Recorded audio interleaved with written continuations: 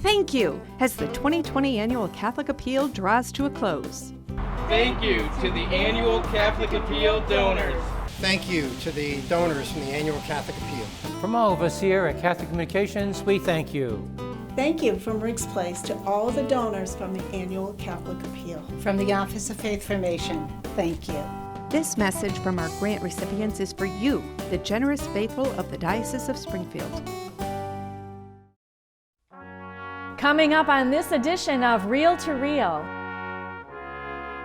a look at some of the events that shaped 2020, a year unlike any other.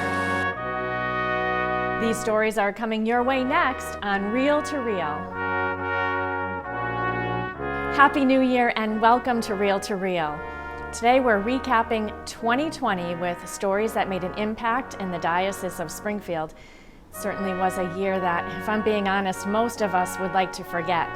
But despite the horrible pandemic that plagued a good portion of the year, we did have some bright spots, which we will feature today. We begin with a story that first aired prior to the impact of the pandemic last February. A story of a Holyoke couple putting their faith into action by sharing God's love through acts of charity. Rebecca Drake shared this heartwarming story.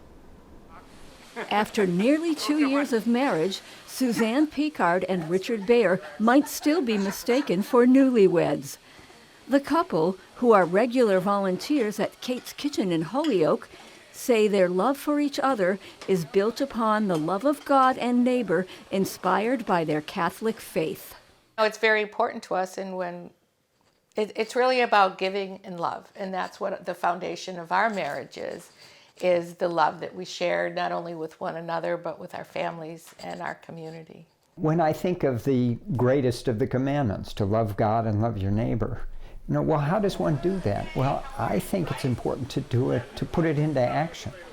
While Suzanne is a Holyoke native and cradle Catholic, Richard was raised in the Episcopal Church and hails from Chicago. Both were hospice nurses and living in Denver when they met. Richard and his wife, Betsy, later converted to Catholicism shortly before her death in 2012. We started going to daily Mass during the last year of my wife's life, and it really just fed both of our souls. In the years after his wife's death, Richard reconnected with Suzanne, who had moved back to Holyoke after raising her 2 sons. And when the friendship grew into love, they were married and committed to serving their community together. While attending a fundraiser for Providence Ministries, Richard and Suzanne met Executive Director Shannon Rudder, who suggested they volunteer at Kate's Kitchen, a meals program that receives grants from the Annual Catholic Appeal. This community of Holyoke meant a lot to me.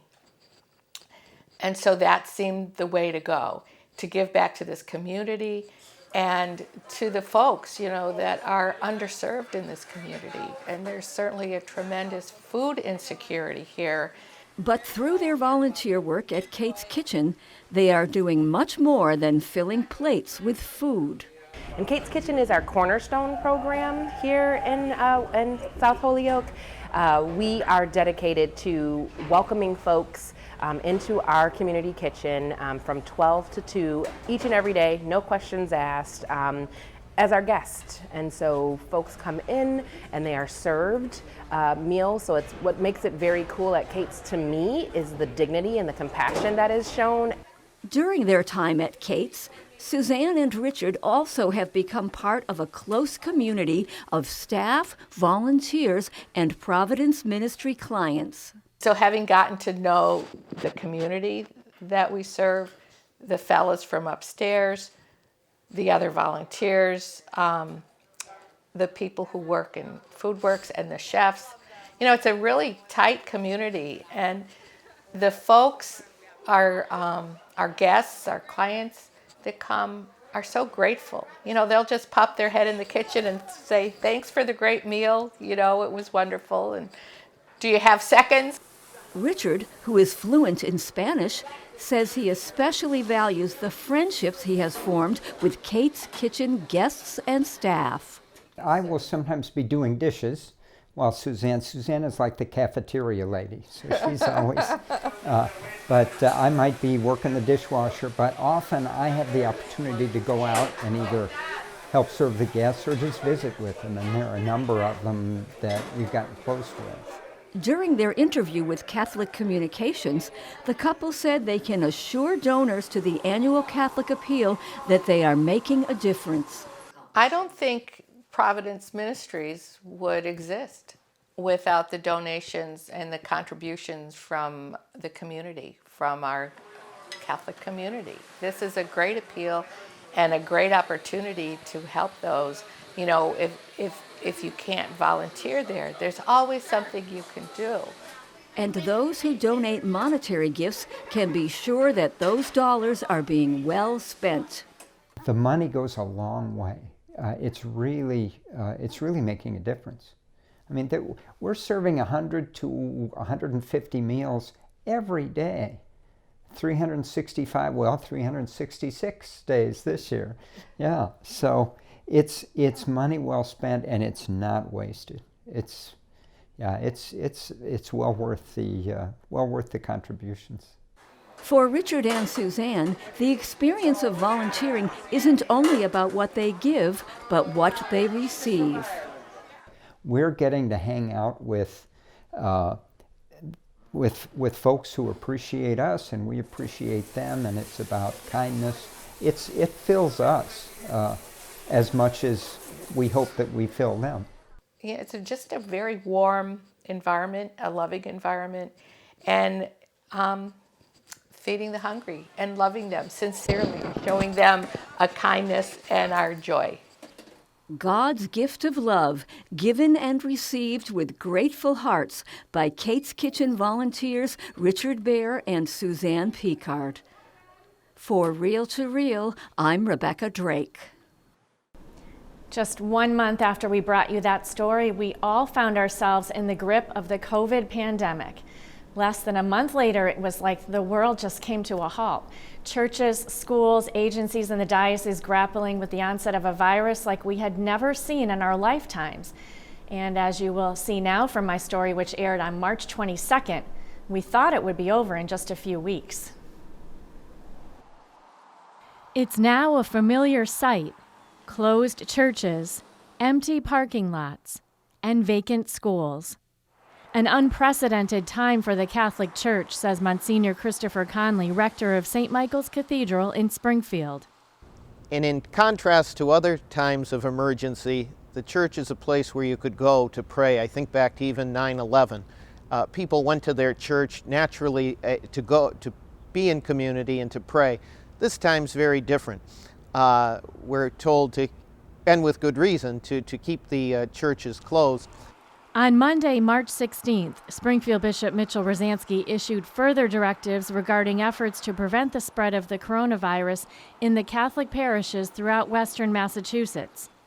Effective March 17th, all churches, chapels, including adoration chapels, and oratories were to be closed until further notice. All diocesan pastoral offices were also closed, with many staff members working from home. Monsignor Conley assured the faithful that even though Catholics cannot come together to worship, they are still praying as a community. It reminds us of the great importance of the faith and how much we should all cherish the sacraments and our life together as a community of faith. But for those who at this time cannot go, they're dispensed from the obligation. So the obligation doesn't exist. They need not be there. And as soon as this crisis is behind us, thanks be to God, we'll be back right to our practice of the faith as we're used to. Superintendent of Catholic Schools Daniel Belargin also issued guidelines for remote learning. He said that because of Governor Charlie Baker's announcement, Catholic schools will remain closed for a minimum of 3 weeks, currently scheduled to reopen on April 7th. The Catholic Schools Office will continue to monitor the state's response to this situation and recommend action based on any new information or mandates. What we've asked our principals to do in each of the schools is to work with their teachers to develop a few weeks of instructional support that can be delivered remotely. Balarjan said he realizes this is new territory for parents and students alike, and to try not to stress about what students will be missing in terms of classroom learning. If our kids are reading, right, and they're reflecting on what they're reading, if our kids are doing some, simple drills to maintain their skills at this particular time, if our kids are encouraged to go out and experience nature in a new way, they're going to learn something else from that maybe they wouldn't have learned in the classrooms. Each school has provided support and direction to their teachers regarding the implementation of remote instruction. At St. Thomas School in West Springfield, Sister Patricia Houghton, principal, says she, like all her fellow diocesan school principals, are there to offer their support to teachers, parents, and students. First of all, I commend my faculty. They have worked so hard to prepare for this moment in time that came so quickly. And for our parents, who I consider the primary educators, and those of us here that are privileged enough to have their kids, we just pick up where they left off. So now we are really partnering in education. And Sister Houghton says that while the students are at home, the school is being cleaned from floor to ceiling. They're doing windows, they're doing everything. And surfaces, all the classrooms will have, all the desks will be power washed, all the equipment that they can possibly power wash, so that when the kids come back, everything should be really clean. Megan Gadboys is a teacher at Pope Francis Preparatory School. Like many teachers across America, she has had to adapt to the current situation. I have my 4-year-old daughter at home because her school is closed, and so trying to teach my students best I can and be with her and try to keep things normal is really challenging. But also you just have to get a lot more creative to try to reach your students remotely. Ministries supported by the Diocese of Springfield through the annual Catholic Appeal are also affected by the coronavirus pandemic, including Providence Ministries in Holyoke, where Director Shannon Rudder says essential support services to the community will continue. This week, the agency announced Kate's Community Kitchen would provide warm, nutritious takeout meals, with dining services being suspended until further notice. Even though we're suspending our dining room services, we will be having to-go meals that are being distributed right outside in our parking lot at Kate's. We are also really happy to say that we're going to remain open at Margaret's Pantry, and this is because our already small but really dedicated staff is determined to continue to meet the needs of our community. Rudder says her agency appreciates support from the annual Catholic Appeal, a fund that is needed more now than ever before. We are fortunate to be in a community with a huge, generous heart. People have given to us through the annual Catholic Appeal, and we remain grateful. Now's the time to really consider to deepen that giving because we continue to be in service to this community that so needs us. And here we are nearly 1 year later, stronger for what we have endured. Our parishes and schools showing great resolve in maintaining their outreach and praying for better and healthier days to come. Still to come on Reel to Reel, celebrating the priesthood with 5 men ordained to the Diocese of Springfield. And the diocese welcomes Bishop William Byrne as the 10th Bishop of Springfield. These stories are still ahead on Reel to Reel.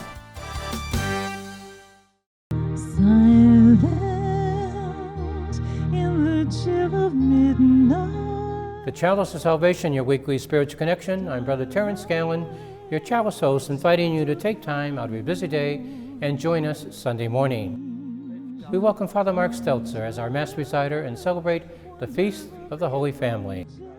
The Chalice of Salvation, Sunday mornings at 10 on 22 News, and coming up next on Fox 23, WXXA. Thank you, as the 2020 Annual Catholic Appeal draws to a close. We want to give a big, heartfelt thank you to all the donors of the Annual Catholic Appeal. Thank you, and we're very, very grateful. Yes, thank you. On behalf of the staff and clients of Catholic Charities, thank you. Thank you! This message from our grant recipients is for you, the generous faithful of the Diocese of Springfield who contributed to the success of this year's campaign. You are watching Reel to Reel, your window on the world around you. Here again is your Reel to Reel host, Sharon Rulier. A bright spot during 2020 came with the realization of a dream for 5 men as they were ordained to the priesthood for the Diocese of Springfield.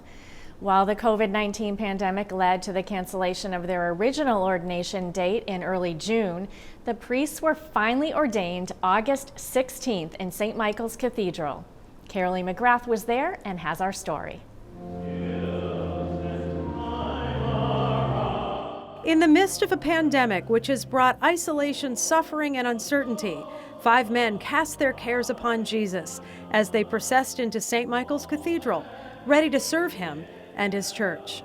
As the Church of Springfield, we gather not only to celebrate that wonderful, marvelous feast, but also the ordination of 5 men to the priesthood for service in the Church of Springfield. Archbishop-designate Mitchell Rosansky was the principal celebrant for the special Mass called the Rite of Ordination, in which he ordained Deacon Valentine Nuora, Deacon Matthew Baroni, Deacon Michael Goodrow, Deacon Sing Hung Trin, and Deacon Stanislaus Achu as the newest priests of the diocese. Mary's yes to God, that we hear all through her life, the welcoming of salvation into the world, continues its story as we ordain these 5 men for the sanctification of God's people. Following the homily, the ordination rite begins with a calling of the candidate. Bishop Rosansky asks about the worthiness of the candidates. As the rite continued, the candidates lie prostrate on the altar as a sign of total submission to God, as the congregation sang the Litany of the Saints.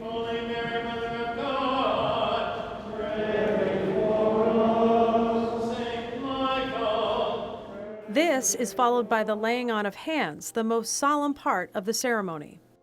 Father Valentine Nuora grew up in Nigeria. He was a student of religious studies at Siena Heights University in Michigan and of speech communication at Lone Star College in Texas.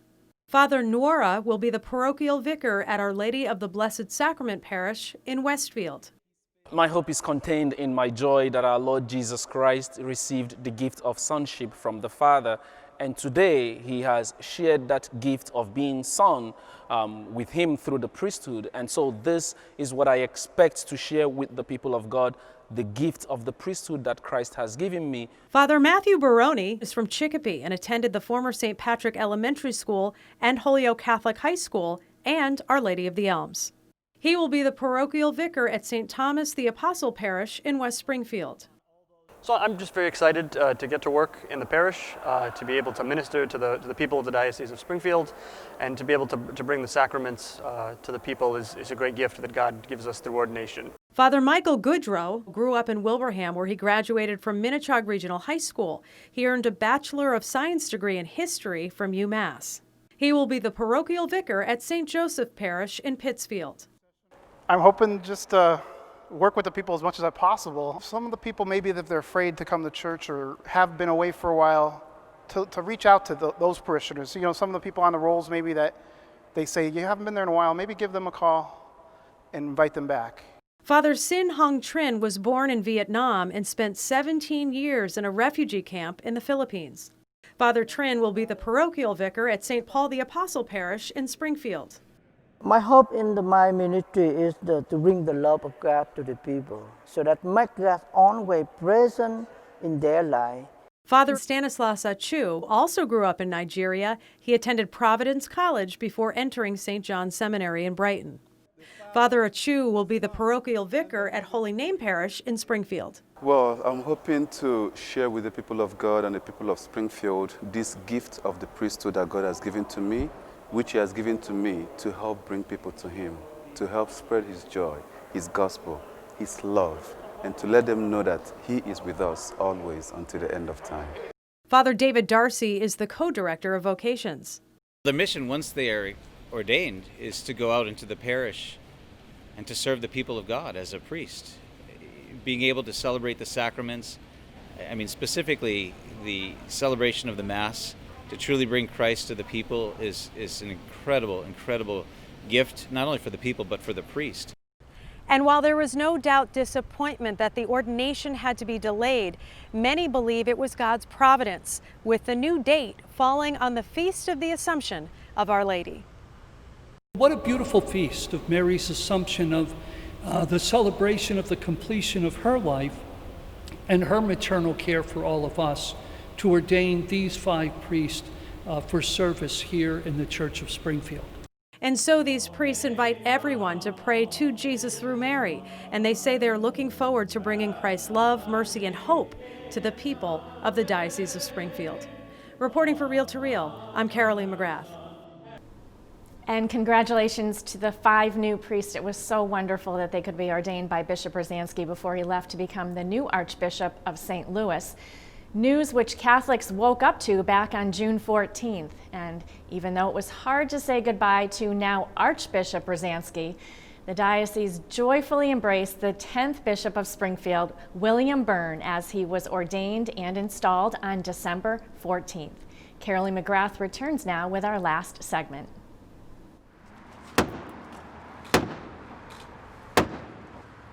On the eve of his ordination, Springfield's Bishop William Byrne knocked on the door of St. Michael's Cathedral and was greeted by Monsignor Christopher Connolly, the rector of the cathedral, as is custom for a new bishop.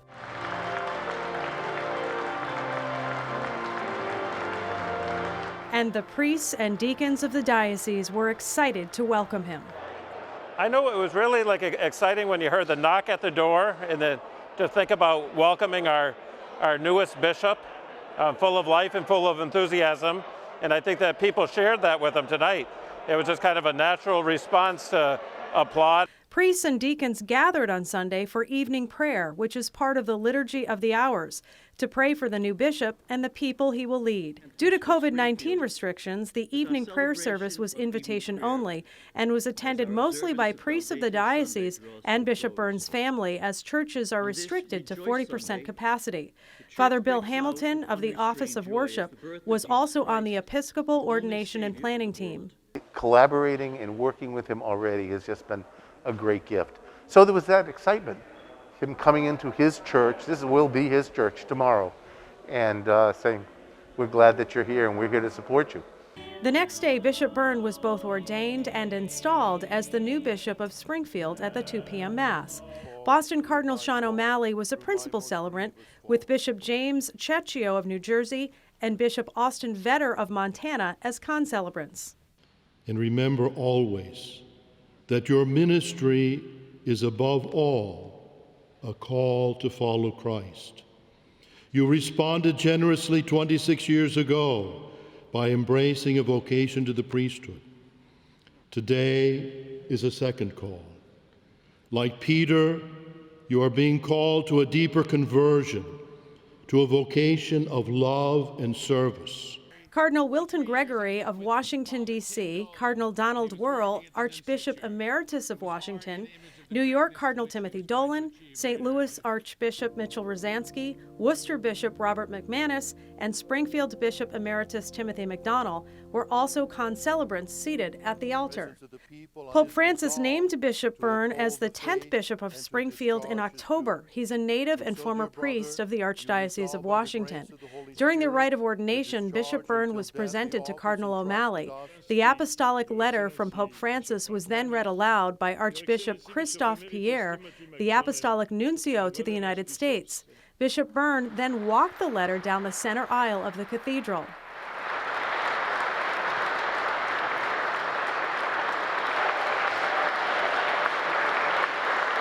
After the homily, Bishop Byrne lay prostrate on the altar as the cantors sang the Litany of Saints. This was followed by the laying on of hands, the handing on of the Book of the Gospels, the giving of the ring, mitre, and crozier. Finally, Cardinal O'Malley escorted Bishop Byrne to the cathedra, or the chair of the cathedral. Just before the ordination, Bishop Byrne told local media his top priorities are transparency and promoting justice and healing in the aftermath of the sexual abuse scandal. Bishop Byrne met with survivors prior to his installation. The Holy Spirit has spoken to the people of this diocese, and now it's for us to listen and to implement. We have to move beyond any words. We've got to start taking action. So I have been already working on that to make sure, because that's the linchpin, I think, of rebuilding the faith in people's lives, is to build trust. They won't be able to hear the message of the gospel if they can't trust the teller of the story. And the apostles, of which I will soon be one and a successor, have been telling that story since they met the resurrected Christ. And that's my top priority. Only 297 people were allowed in St. Michael's Cathedral for the ordination, which typically would draw as many as 1,000 guests. Springfield Mayor Dominic Sarno, Congressman Richie Neal, Springfield Police Commissioner Cheryl Clapproot, and Springfield Fire Commissioner B.J. Calvi were among those in attendance. Bishop Byrne comes from a big Catholic family. He is the youngest of 8 children. Most of his siblings are here in Springfield for the ordination, as are many of his nieces and nephews. His mother, Mary, 97 years old, made the trip as well, and there's not one religious vocation in his family, but 2. His sister, Sister Deirdre Byrne of the Little Workers of the Sacred Heart, a retired colonel in the U.S. Army Medical Corps and reservist, sat in the front pew with his mother. Oh, I feel wonderful about it. I learn from them every day. Bishop Byrne's sister, Susan Rust, did the first reading. She says both her mom and her father, Dr. William Byrne, who passed away several years ago, were incredible witnesses of the faith. My parents set a very good example. If we would go traveling, the very first thing we would do was find out where Mass was the next morning so we could go to Mass in the morning. So we went to church and we prayed, probably don't remember this, but we prayed the rosary together. All of us, kneeling around my parents' bed and saying the rosary together. So that's also an important thing to do, just setting a good example and also making it kind of fun. She also credited Bishop Byrne with fostering vocations at both the University of Maryland and as pastor of Our Lady of Mercy Parish in Potomac. 5 seminarians from Our Lady of Mercy were altar servers at the installation Mass. I started watering up, it's so wonderful that he's made it this far. And I know he's smart and everybody thinks he's funny. He's very funny, but he's also got a great personality. He loves people. He just loves people. And but he's a really good administrator. At the end of the Mass, Bishop Byrne gave a list of 5 things he's grateful for, playing off of his popular YouTube series, which was turned into a book, 5 Things with Father Bill. He listed God, his parents, brother priests, friends in the Archdiocese of Washington, and the priests and religious in Western Mass. You and I are more than neighbors. We are brothers and sisters in the mission to save souls. We must rebuild trust, and we must preach the joy that love conquers hate, that peace defeats violence, that life destroys death itself, that Jesus Christ is risen. And in this alone do we find hope. Reporting for Reel to Reel, I'm Carolee McGrath. Congratulations to Bishop Byrne, and if you would like to watch the ceremony in its entirety, we have a link to our YouTube channel at iobserve.org. And on that good note for this week, that's Reel to Reel. As always, to keep up with all of the latest news on the Catholic Church, both here in the Diocese of Springfield and around the world, you can check out our news and information site, iobserve.org. Also, you can like us on Facebook at Catholic Communications. And a note for viewers on WWLP 22 News, depending on the NFL playoff schedule, we may be off next week, but everyone else will see a best of edition of Reel to Reel, your window on the world around you. Happy New Year. Reel to Reel is a production of the Catholic Communications Corporation, funded in part by the annual Catholic Appeal, and the support of you, our faithful viewers.